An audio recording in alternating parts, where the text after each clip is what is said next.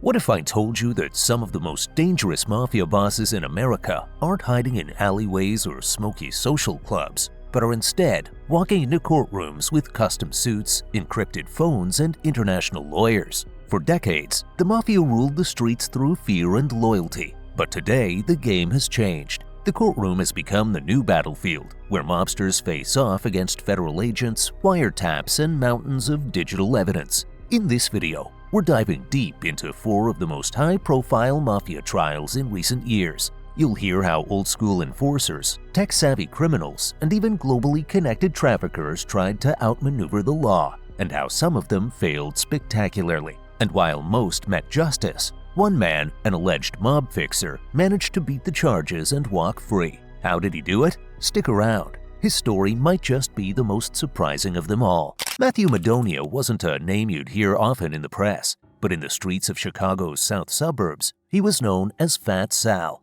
a loyal enforcer for the aging Chicago outfit. He wasn't flashy, but he was feared. Madonia's name surfaced prominently during a sweeping 2023 federal investigation dubbed Operation Clean Hand, which aimed to dismantle the remnants of the outfit's influence over illegal gambling and extortion in Cook and Will counties. According to the indictment, Madonia was allegedly aligned with the 26th Street Crew, one of the outfit's most violent factions. He ran a textbook street tax racket, shaking down local bars, restaurants, and even small auto shops. Victims were told they were under protection and had to pay a monthly fee in cash, often disguised as consulting or waste collection payments. Refusal wasn't just risky, it came with serious consequences. Surveillance revealed slashed tires, vandalized storefronts, and in some cases, violent assaults. The FBI spent nearly 2 years building the case. They bugged phones, flipped lower-level associates, and installed hidden cameras inside of one of Madonia's alleged social clubs in Bridgeport. The tapes played in court were damning.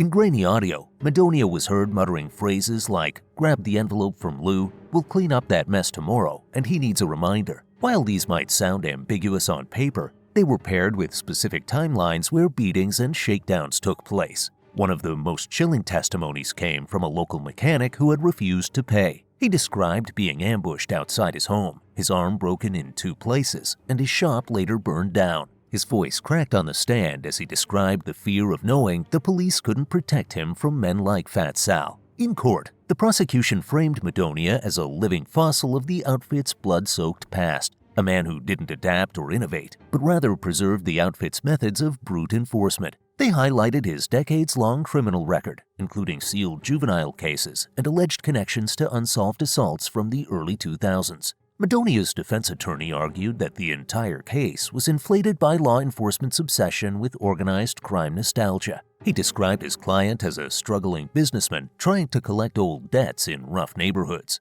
The defense pointed out that many of the so-called victims had their own criminal histories and motivations to cooperate with the government. Still, the evidence was overwhelming. The jury deliberated for just 3 days. In early 2024, Madonia was convicted on multiple federal counts, including racketeering, conspiracy to extort, and use of intimidation tactics. He was sentenced to 18 years in federal prison without the possibility of parole. For law enforcement, the trial marked a symbolic win, a message that even the old-school enforcers, the ones who still did business with fists and fear, weren't safe anymore. The outfit may not dominate headlines like it once did, but Madonia's case proved it still exists in the shadows, and federal agents haven't stopped watching.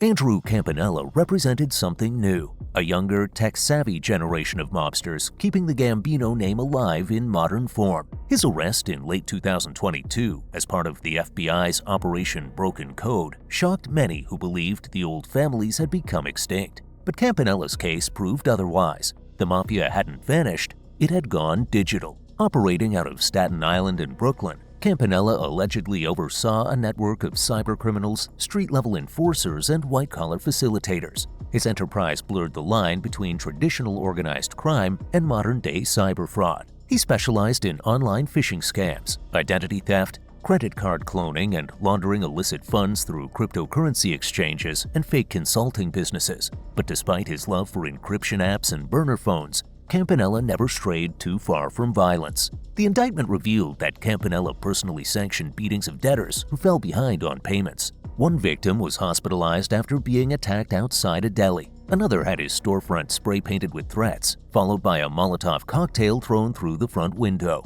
Despite his modern methods, Campanella upheld the Mafia's rule of fear. The charges brought against him were comprehensive: RICO violations, aggravated assault, cyber fraud, bank fraud, and conspiracy to commit money laundering. Federal agents tracked him for nearly a year, uncovering at least 10 ongoing criminal schemes at the time of his arrest. The trial began in mid-2023 and quickly became a media spectacle. A key witness, Campanella's former tech consultant, turned state's evidence and wore a wire for 6 months. His testimony was devastating. He recorded dozens of conversations where Campanella boasted about scams, issued threats, and used coded language like ripping sheets for data breaches and dropping coins for laundering through Bitcoin ATMs. In one particularly disturbing exchange, Campanella was recorded saying, "He's got our respect now," just hours after a man was severely beaten over an unpaid debt. The phrase, according to prosecutors, was a clear reference to punishment being carried out. Another audio file featured Campanella discussing someone who was on ice,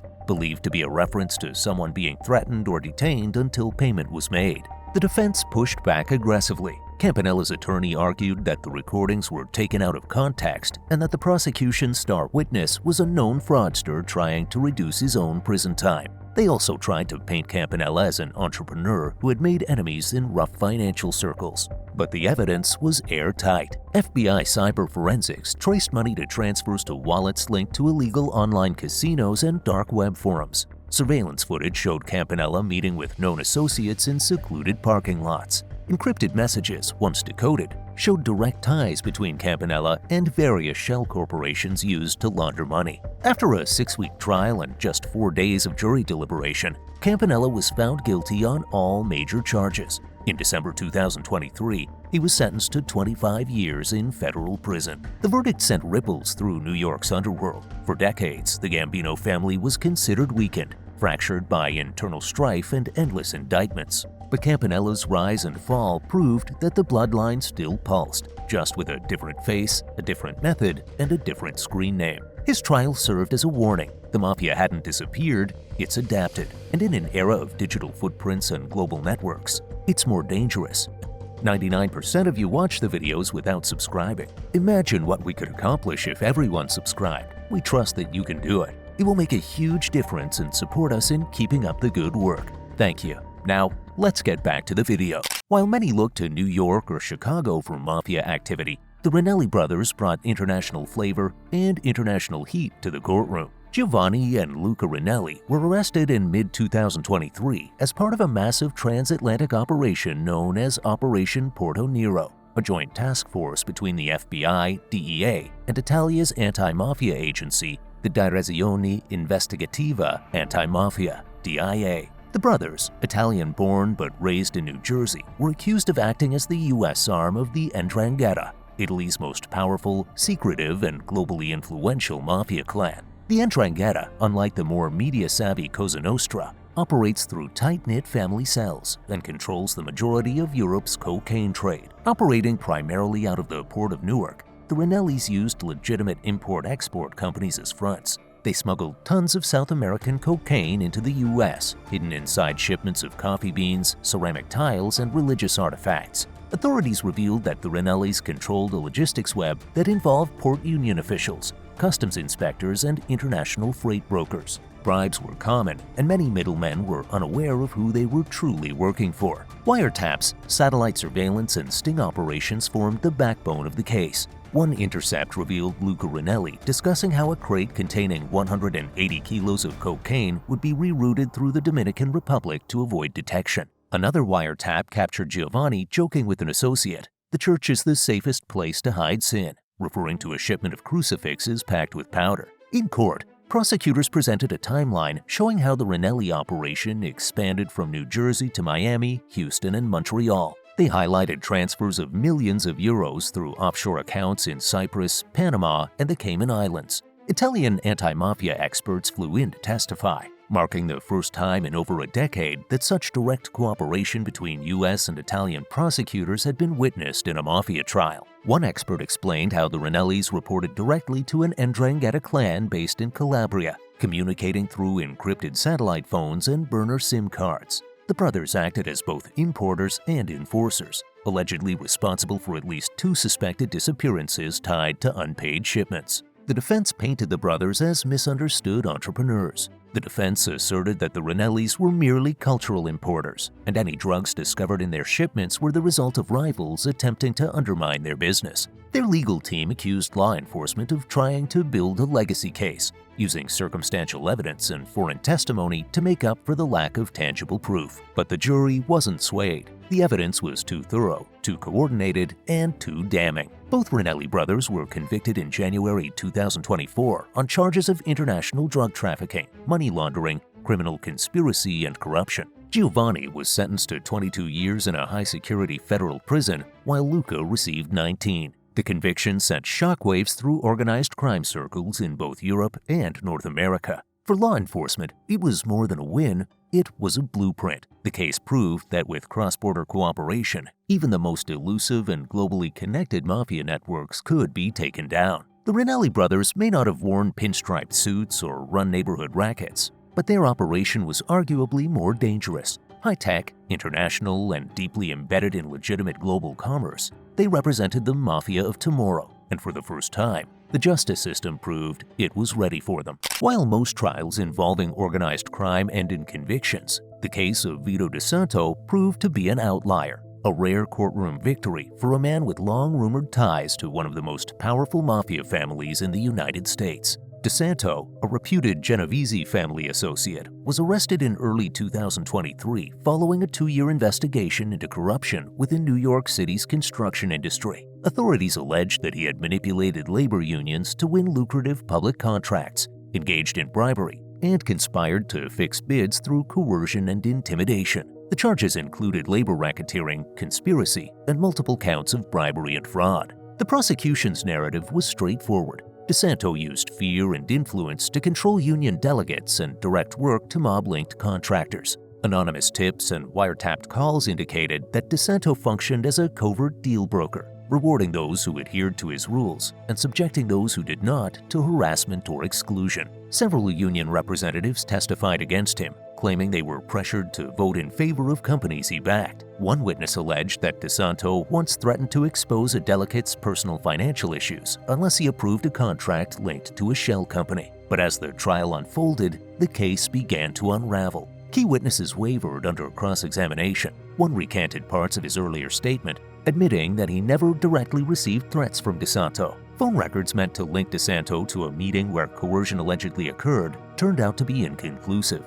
A supposed recording of DeSanto discussing bribes was dismissed after the audio was found to be heavily edited. The defense seized on these weaknesses. DeSanto's attorneys argued that the entire case was built on assumptions and guilt by association. They painted him as a seasoned negotiator who operated in a rough industry but never crossed legal lines. The interactions prosecutors portrayed as intimidation, the defense insisted were standard negotiation tactics in high-stakes labor environments. To further humanize their client, the defense highlighted his community involvement, including donations to local charities and mentoring programs. They argued that prosecutors were attempting to score a symbolic win against the Genovese name, even though they lacked direct evidence tying DeSanto to organized crime activity. After 2 weeks of testimony and just 2 days of deliberation, the jury returned a not guilty verdict. DeSanto walked out of the courtroom a free man, flashing a rare smile to reporters who had gathered outside. For law enforcement, the verdict was a sobering reminder of the challenges involved in prosecuting organized crime figures,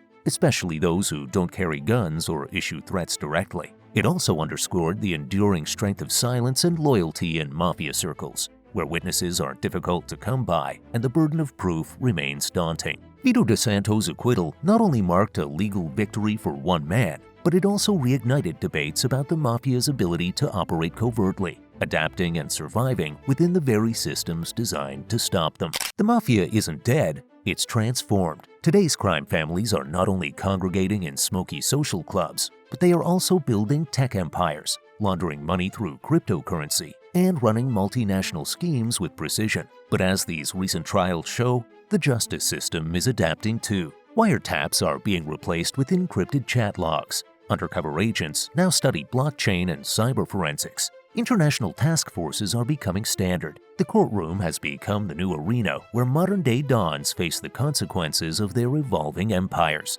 Every conviction erodes the illusion of invincibility. Every trial reveals another layer of the underground network that still weaves its way through our cities, our ports, and our financial systems. Some mobsters fall, others rise, but the law is always watching. Thank you so much for staying with us to the end of the video. We hope you enjoyed today's video and can't wait to share more Mafia stories with you. Make sure you hit like, share, and subscribe to see more Mafia Mystique content.